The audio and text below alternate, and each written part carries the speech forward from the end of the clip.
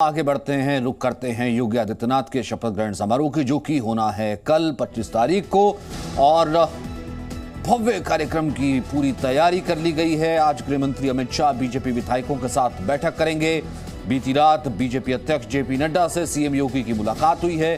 करीब 2 घंटे तक चली है मुलाकात। यूपी में सरकार की रूपरेखा पर चर्चा हुई है।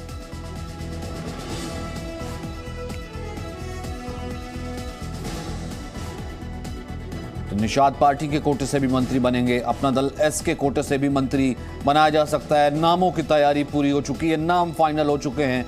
खुद अमित शाह से जो है लगातार मीटिंग्स का सिलसिला चलता रहा और कल एक बड़ा भव्य कार्यक्रम होने वाला है जिसमें वापसी होगी योगी आदित्यनाथ की।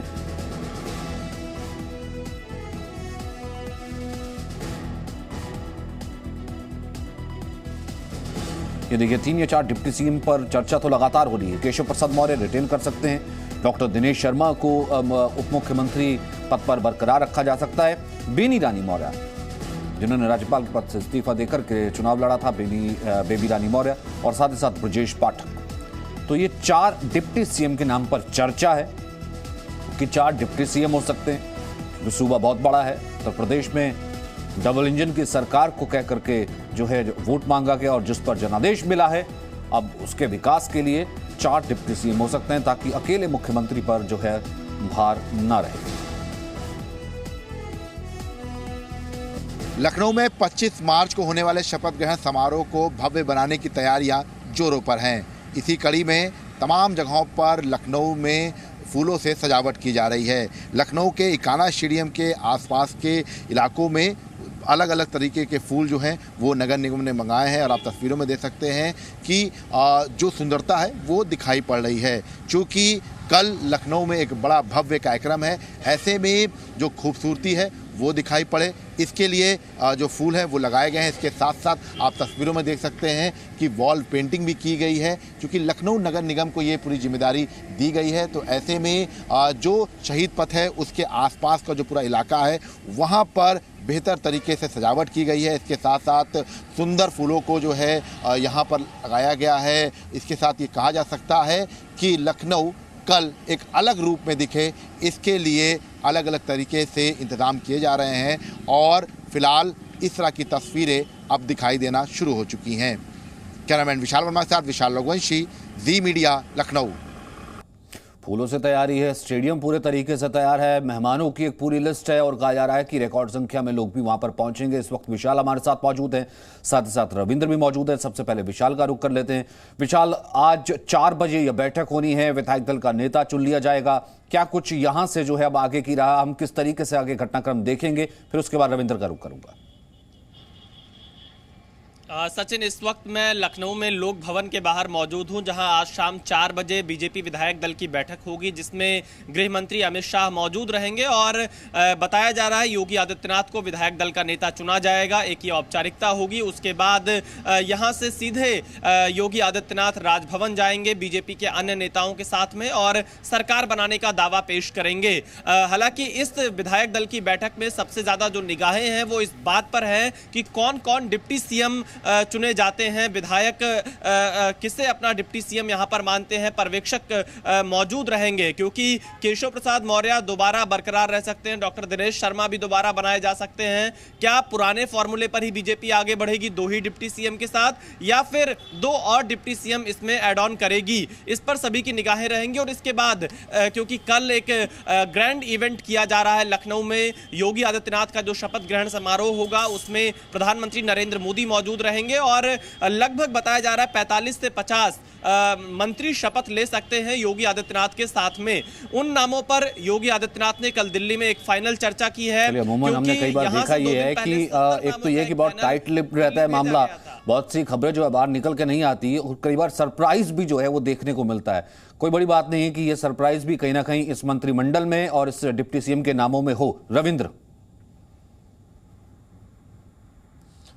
बिल्कुल, देखिए अब पिछले 2014 में जब 19 मार्च को योगी आदित्यनाथ ने शपथ ली थी, सचिन, दो बातें बताना चाहेंगे कि जब 2017 में उन्होंने शपथ ली थी और जब 18 मार्च को विधायक दल की बैठक हुई थी, आज जहां बैठक हो रही है वहीं पर हुई थी। पर्यवेक्षक अलग थे, वेंकैया नायडू उसमें पर्यवेक्षक आए थे और किसी को पता नहीं था कि कौन मुख्यमंत्री बनेगा।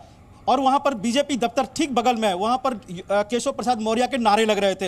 लेकिन जैसे ही योगी आदित्यनाथ का ऐलान हुआ, वही कार्यकर्ता योगी योगी करने लगे। लेकिन आज स्थिति चेंज है। आज योगी आदित्यनाथ मुख्यमंत्री पद की कल शपथ लेंगे। आज विधायक दल के जो बैठक हो रही है, जहां पर अमित शाह आएंगे 4 बजे, उसमें कोई कंफ्यूजन नहीं है, योगी आदित्यनाथ के नाम पर मुहर लगेगी। लेकिन विधायक दल की बैठक में सिर्फ और सिर्फ नेता का चुनाव होता है। जहां तक डिप्टी सीएम की बात है, केशव प्रसाद मौर्य चुनाव हार गए हैं, लेकिन पुष्कर धामी के मुख्यमंत्री बनने के बाद ये उम्मीदें बनी है कि बीजेपी अपनी परंपरा तोड़ेगी, क्योंकि खंडूरी के साथ हो या प्रेम सिंह धूमल के साथ हो या अर्जुन मुंडा के साथ, ऐसे कई नाम हैं जो चुनाव हार गए, उनको उस जगह पर उनको मौका फिर दोबारा नहीं मिला। लेकिन पुष्कर धामी चुनाव हार गए, मुख्यमंत्री बन गए। उसके बाद ये उम्मीद जागी है कि केशव प्रसाद मौर्य फिर से डिप्टी सीएम बन सकते हैं। लेकिन देखिए, 4 डिप्टी सीएम ये प्रशासन चलाने के लिए नहीं होता, ये कहीं ना कहीं केंद्रीय नेतृत्व या पार्टी द्वारा लगाम लगाने की एक प्रक्रिया होती है। और जब योगी के नाम पर भी या उनके चेहरे पर चुनाव जीता गया है, तो बड़ी मुश्किल लग रहा है कि 4 डिप्टी सीएम होंगे। हालांकि इसके बारे में कोई कुछ नहीं कह सकता जब तक कि कल शपथ नहीं हो। एक बात और सचिन, 18 से लगभग 18 मंत्री चुनाव हार गए हैं या फिर पार्टी छोड़कर चले गए हैं। स्वामी प्रसाद मौर्य, दारा सिंह चौहान और कई मंत्री इस पर हार गए हैं। तो मान के चलिए कि लगभग 2 दर्जन नए चेहरे होंगे। ये एक ये तो जाहिर सी बात है, 2 दर्जन नए चेहरे होंगे, 55 से 60 होंगे। मेरे पास थोड़ी वक्त की कमी है। एक रिएक्शन मैं शुभम का भी ले लेता हूं। शुभम, इस वक्त आप कहां मौजूद है और क्या तैयारी, क्या तस्वीर हमसे शेयर करेंगे?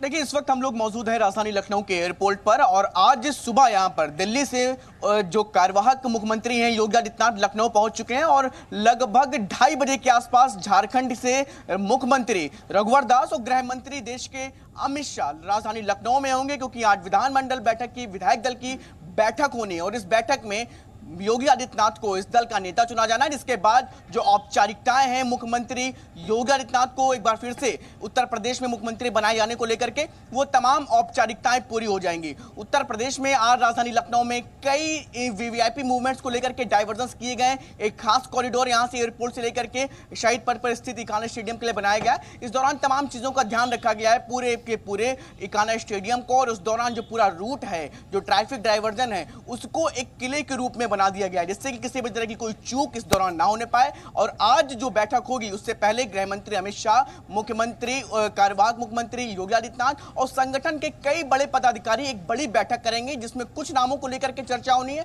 क्योंकि डिप्टी सीएम को लेकर के लगातार एक फुल टर्म पूरी करने के बाद दोबारा किसी पार्टी का आना, ये यूपी के इतिहास में पहली बार हो रहा है और कहीं ना कहीं ये अपने आप में ऐतिहासिक इस इवेंट को भी बीजेपी बनाना चाहती है। बहुत बहुत शुक्रिया आप तीनों का मेरे साथ जुड़े रहने के लिए। इन तस्वीरों के एक छोटे से ब्रेक के लिए रुक रहे हैं।